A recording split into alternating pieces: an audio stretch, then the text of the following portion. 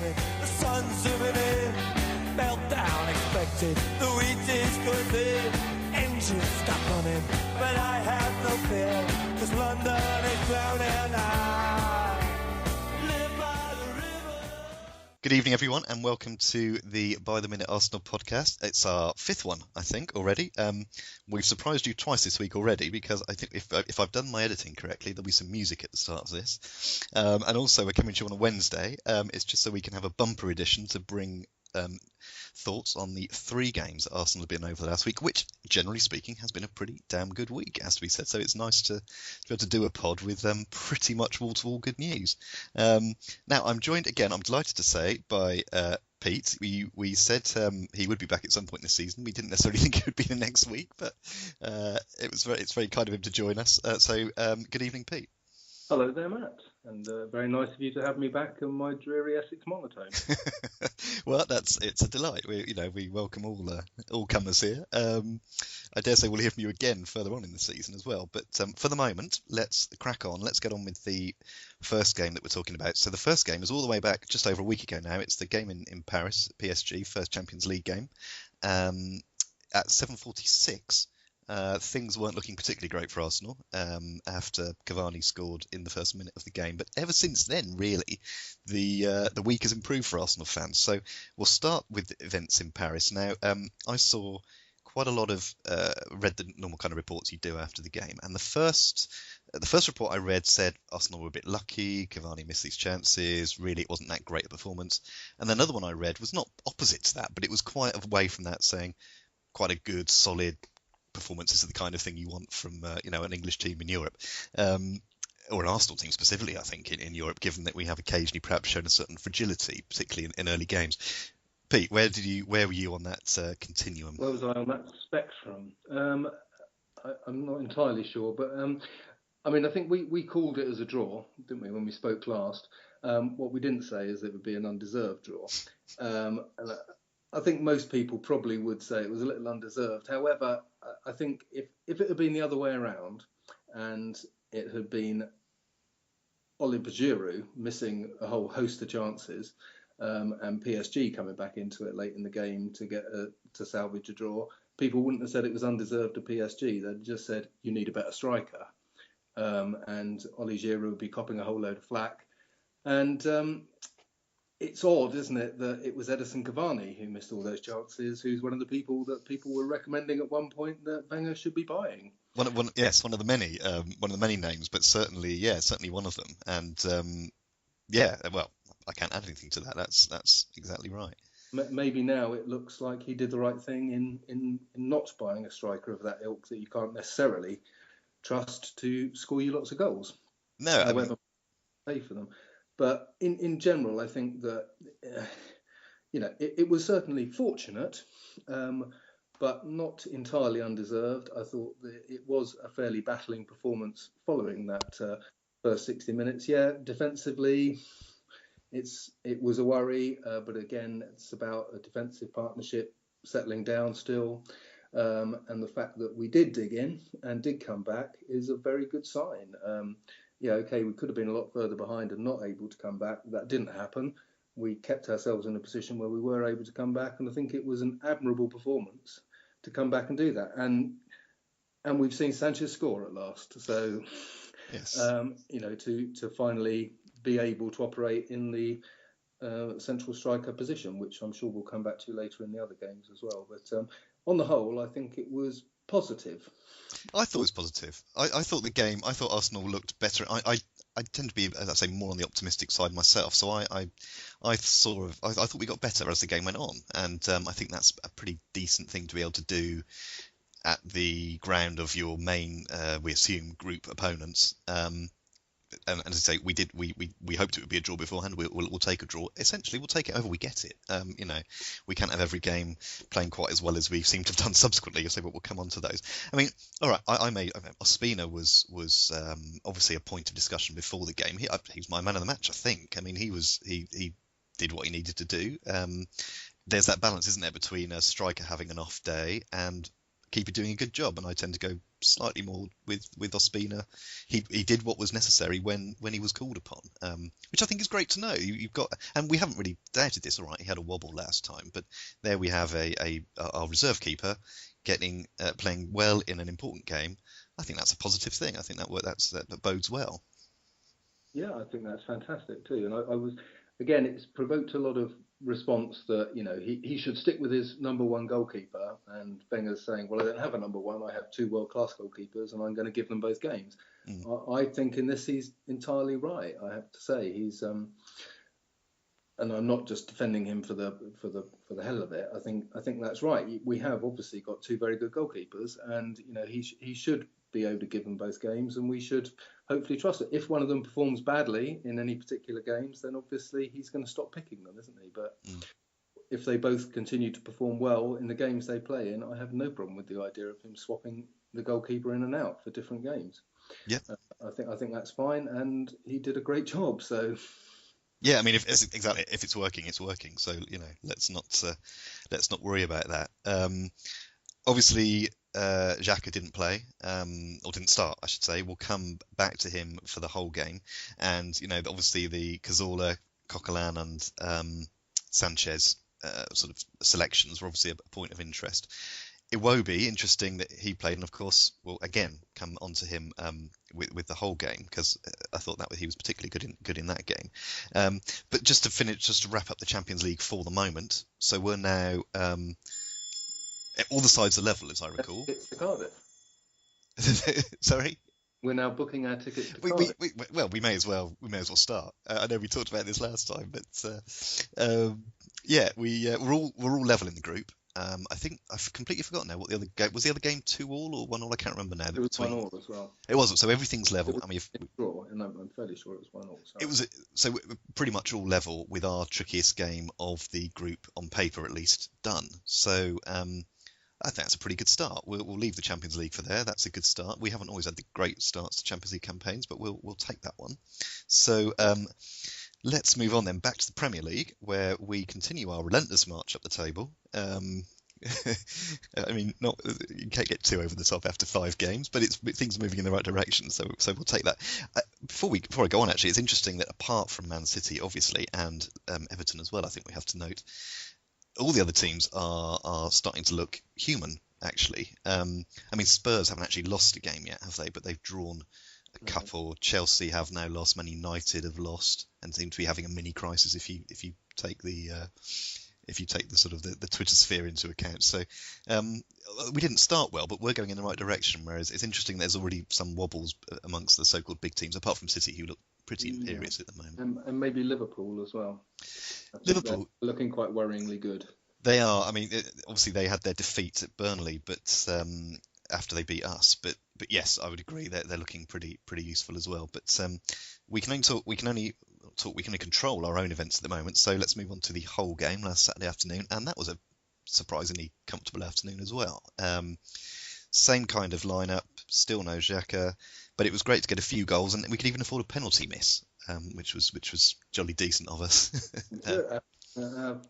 Fourth penalty award of the season, was that one? I can't remember. I know we've had 4 awarded now. I can't remember if that includes one in the Notts Forest game. Now it escapes my mind. But you're right. We've had a few. Now, what about Sanchez taking it then? And even the boss doesn't seem quite sure why that happened. No, that was bad. That's your comment on it. That was bad. That was bad. Presumably, he wanted to get his confidence up again. That after having scored against PSG, wanted to keep that run going. And, I doubt Cazorla could stand up to him, to be honest. So there is that aspect to it. Yeah, fine, you take it. But it shouldn't have been the case, should it? He should have left it to Cazorla. And I'm not just saying that because he missed it. We should, if we've got a regular penalty taker and he's on the pitch, we should let him take it. And Sanchez shouldn't be saying, no, this is mine. So hopefully he got a good kick after that about it. But we got over it, didn't we? So although without in being entirely comfortable, we did. Although in a situation where we were 2 up against 10 men, we did manage to let them back into it, which is a worry. I mean, to me, that was more of a worry almost than the PSG game and the performance there. The fact that we, managed to let Hull back into it against when we're 2-0 up against 10 men, that seemed a bit more worrying. That did seem to be, well, are there defensive problems here? I mean, okay, we then stepped up a gear and took the game to them and just said, right, we'll finish you off. But I think that's less positive, or it gave me a less positive feeling than the PSG game did. However, well, we ended up winning it. Yeah. I mean, it's overall it looks good, doesn't it? You've got your 4-1 win. You've got Sanchez getting in the goals. You've got lots of positives you can take. But yes, it depends how you look at it, I suppose. 2-1 up with only 10 minutes to go. You're away from home. They're going to throw anything at you. It's early in the season. You don't know what's going to happen. But I suppose turning it on its head, you get the win and actually throw a couple more goals in, including my goal of the season so far, I think, from Xhaka, he's happy to. He may not like being on the bench, but it's not affecting his play when he gets on. I've watched that goal a number of times and enjoyed it just as much every time. Yeah, he's coming on with a point to prove, isn't he? Yeah, I mean, maybe this is. I mean, it's an interesting point here about squad depth, and maybe perhaps we'll touch on this when we get to the Forest game, because I think there is more than there has been any time I can remember in quite key positions. I'm not hugely worried now about anyone of what we would call the first 11 getting injured, because off the top of my head, I don't see any obvious position where we're really struggling to. All right, it might mean a bit of boxing and coxing, but I think we could still have a pretty damn good 11 out on the pitch if we had a number of injuries to key players. Yeah, you'd hope so. It doesn't fit. I mean, I think last time we spoke, we were talking about Jack's departure and Joel Campbell, and thinking, is that too many for both to go? But no, at the moment, it is looking good. It does look like we've got the depth to cover. And let's just hope we're not speaking far too soon. Yeah, I mean, of course, this is Arsenal, so injury upon injury will rain down upon us before we know it. Keep everything crossed, so that doesn't happen. A word on Iwobi, who's looked very.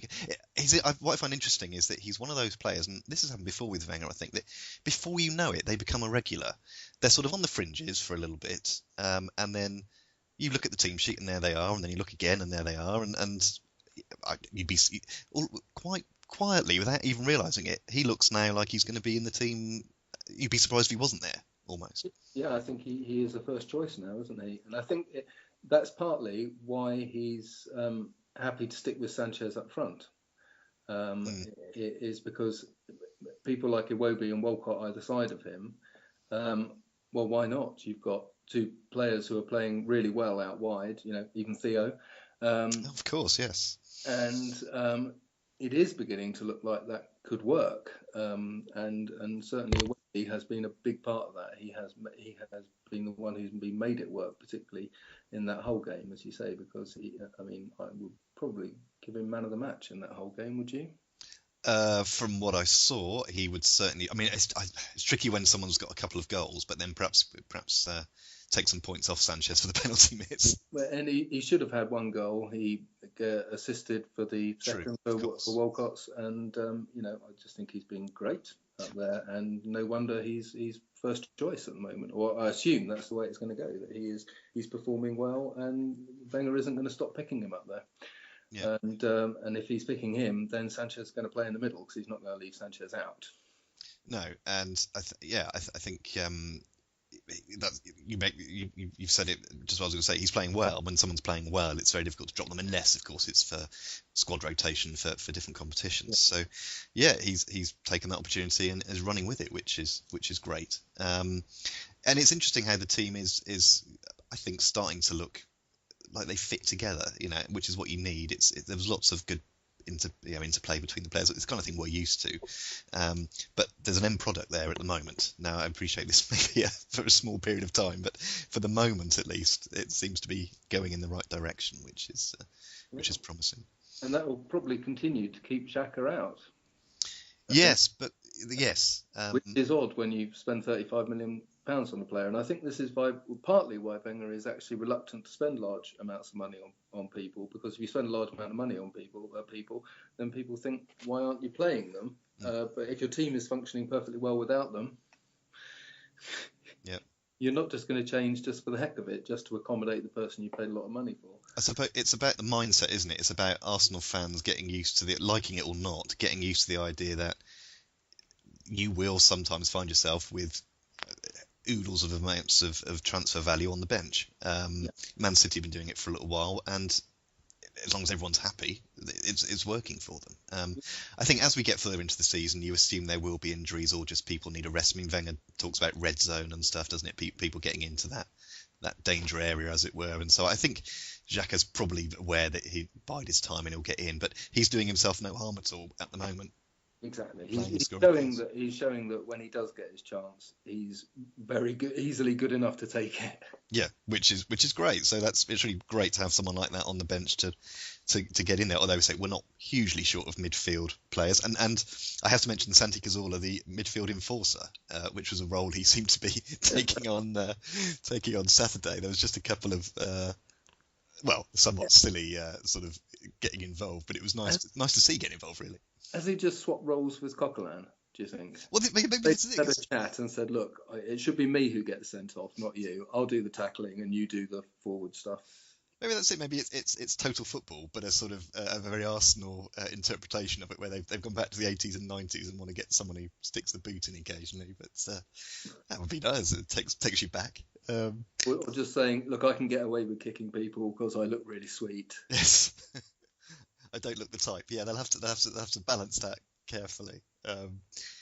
Yes. Well, there we go. Let's leave the Premier League to one side now for the moment. So it's an improvement when we start. Our first one of these pods was very dispiriting. Was after a dispiriting defeat against Liverpool. So it's nice that we're since then it's been a draw and 3 wins, if I'm remembering rightly. So that's all going well. What you were saying earlier about other teams having weaknesses. In some ways, maybe it's an advantage to have had your bad performances right at the beginning and getting better, rather than the other way around, having great performances and then hitting your bad patch. Yeah, I mean, I think you can. I'm not saying it won't happen again. I'm sure it will at some point in the season. We'll have a little wobble. All the teams will. I mean, I say City are looking really good at the moment, but that might not last forever. And you're almost forgiven a dodgy start. I mean, if you have 2 losses in the first 2 games, I don't think that's particularly great, but no. And people aren't happy, but they're sort of willing to give you a bit more time, whereas Man United, I think it's gone too much the other way. They've lost 3 games. It's not great, but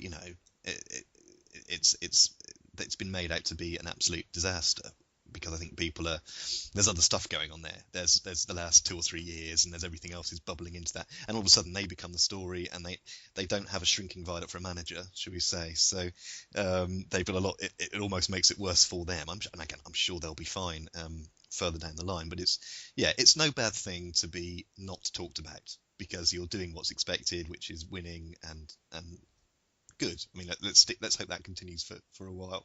Okay.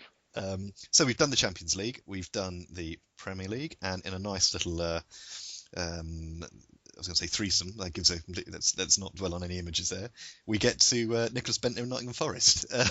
Indeed. So it was what's it called? The English Football League Cup. They could just call it the League Cup again. That worked well for years. I'm not sure. I don't know why they're not calling it that. It's a good start to the competition. So there were 11 changes, and I think I read somewhere there was also a completely different bench from so I think it was like 18 different players from all youngsters Saturday. So a nice mix of obviously lots of youngsters on the bench, but on the pitch we had a number of I suppose fringe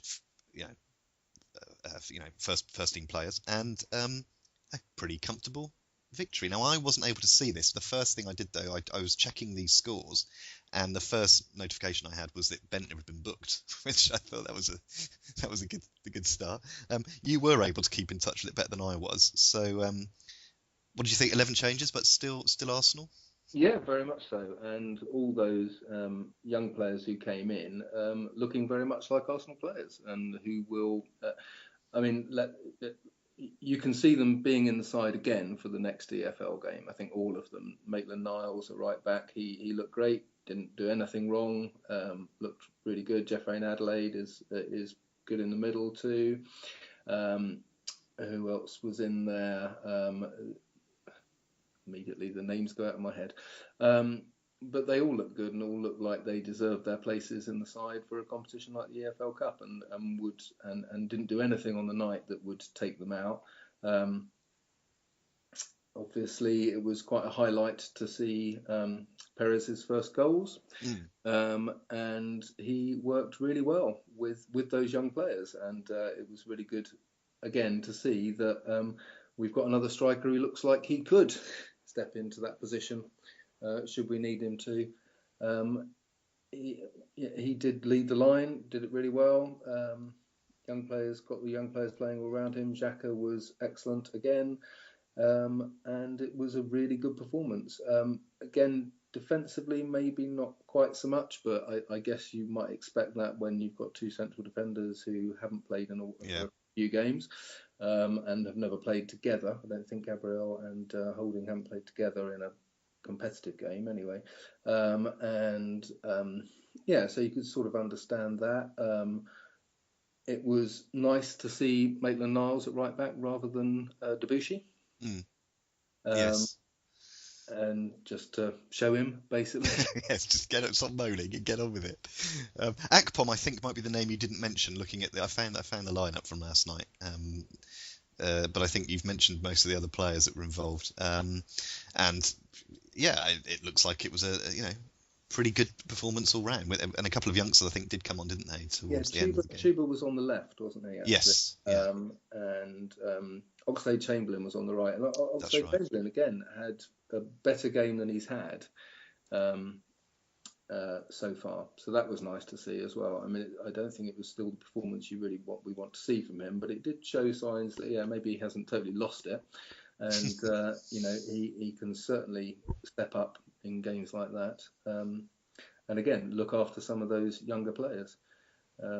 It was really, really encouraging and totally comfortable. Well, we've as I've said last week, we've known each other for years, and we used to always, and still would if we could go along to the League Cup games. Some season ticket holders say, "Oh, I'm not interested in getting the League Cup game," but we would go along and enjoy it because, generally speaking, you had those. It was a pleasant experience. It wasn't quite the same stress level as there were with some of them, and you did get to see quality players playing good football. So it's nice to know that's still carrying on. We get criticised for our approach to this competition, but we have a not terrible. I mean, it wasn't great last season, but the record isn't appalling. What do you think? Are we going to see more of the same this year? Is it going to be the same kind of second string youngsters, but moving slightly towards fringe first team? Should we sort of progress? Yeah, I hope so. I think we're in a better position this year than we've been in previous ones because of the squad depth, you've also got a lot of first team players that are being asked to play in these games because they're not getting games elsewhere. Xhaka, Perez, etc. And so, I think we'll continue to field those sorts of sides. I don't think we'll drop the younger players or anything. I think we'll have enough of those sorts of players who aren't getting games in the league or Champions League and want to play in there as well. So, hopefully that will be able to keep them happy. I was vaguely surprised Ospina didn't play in this, but there you go. Yeah, it's interesting actually. Without really, I didn't plan this, but we were talking about squad depth earlier, and this actually is illustrating that, isn't it? That in this isn't quite the same kind of team we'd have seen a year or two ago, where it would have been younger, or perhaps younger's not relevant, but less experienced, less close to the first team, as it were. So that's rather neat. We'll leave that there for now. I was going to talk about. Go on. Can we have a quick mention for Kieran Gibbs as captain, which was great. Yes, I did. I didn't know he was. I didn't realise he was captain, but I saw he played. But I didn't realise he was captain. That's good to see. For a guy who puts up with never playing hardly, and never doesn't moan about it. You don't hear him in the press saying what a terrible time he's having at Arsenal and whatever. And has lost his place in effect to another left back, to Monreal in this case. It's just great that he was rewarded at least with captaincy on that night. I heard people saying, "Oh, it should have been someone else. Should have been Perez even." I mentioned, but no. I was really glad that he gave it to Kieran Gibbs because he deserves it after being such a great servant to us. excellent point, and I well made. I was going to mention the pie, but time is cracking on. I only saw this story today that Arsene Wenger was offered a pie in the first half by a Forest fan, a pitching vet. Right. Yeah, if it's in the. No, he was I think unaware of it, or it certainly professed unawareness of it. I think some Arsenal's backup staff and then the stewards turned up, and it was a guy holding out a pie in the direction of Arsenal. I've no idea why. It's a League Cup game. It's an evening kickoff. There may have been drink involved. I don't know, but I'm sure that might there might be some more information about that. So let's leave the past week behind, lovely as it was, and as much as we enjoyed it, and move to something that's maybe a less enjoyable experience. Yeah. Chelsea, Saturday, 5:30 at the Emirates. Now, I did hear one stat this morning which I thought was interesting, which is apparently Chelsea have only had one clean sheet in their last 18-ish games. I say 18 because I can't quite remember exactly what the stat was, but there's some hope there, and there's some hope in the way Arsenal are playing, and there's some hope, I think, in the fact that Chelsea haven't been, they haven't just gone for it this season. They're roughly, I've forgotten where they are in the league, but whilst I check that, Pete, what are your thoughts about Saturday? Scary,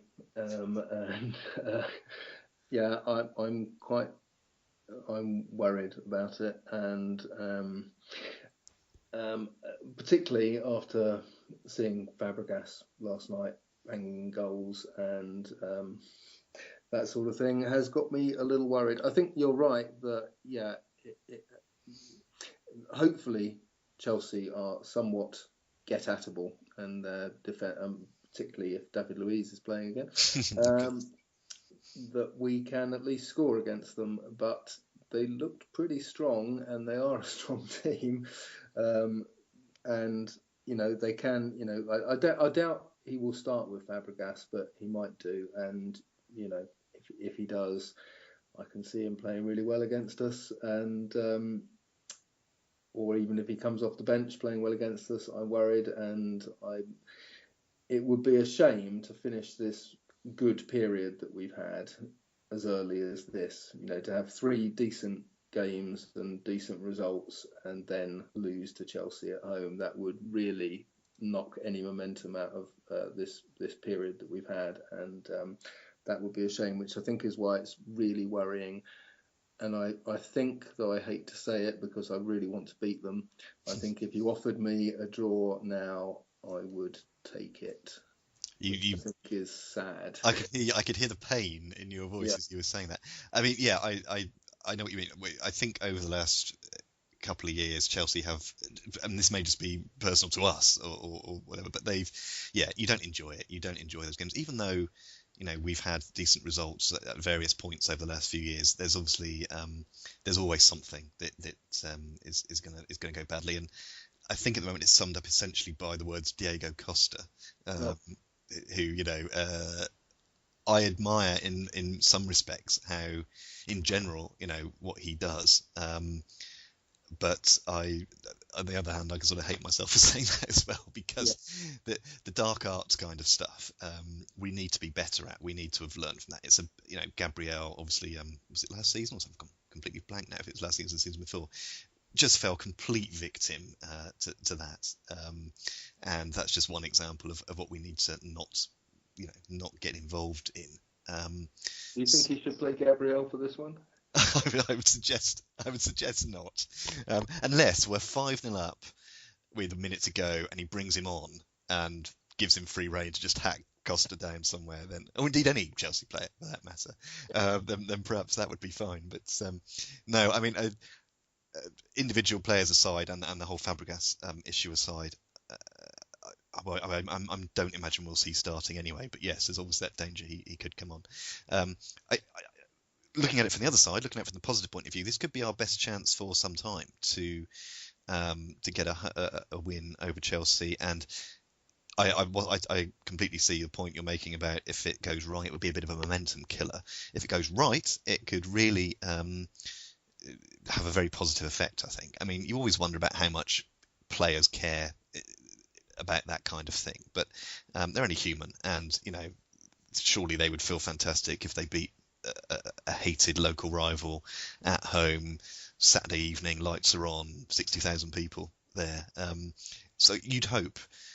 I think they would love it. Yeah, and that could really set things going. And then, of course, they've got another home game against Basel. A decent little run of games coming up after it, which is why it's really important that we do get a good result out of it. Well, that would be. Let's hope that's what happens. We've gone for quite a long time, and we've covered everything we wanted to cover. There was a lot to cover this week, so I hope we haven't bored anyone with that. But it's been a good week, so it's nice to talk about it. We'll wrap it up there and keep everything crossed before the Chelsea game. So we'll be back, I think, on Monday with the next pod, but we'll see how that goes. Thank you once again to Pete for joining me at relatively late notice. So thanks, Pete. Absolute pleasure, Matt. And I'm sure we'll be hearing from you again this season, whether it's in a few days or whether it's in a few weeks. But we'll make sure we keep in touch with you. So thank you very much to Pete. Thank you very much for listening, and we will speak to you again next week. Bye bye.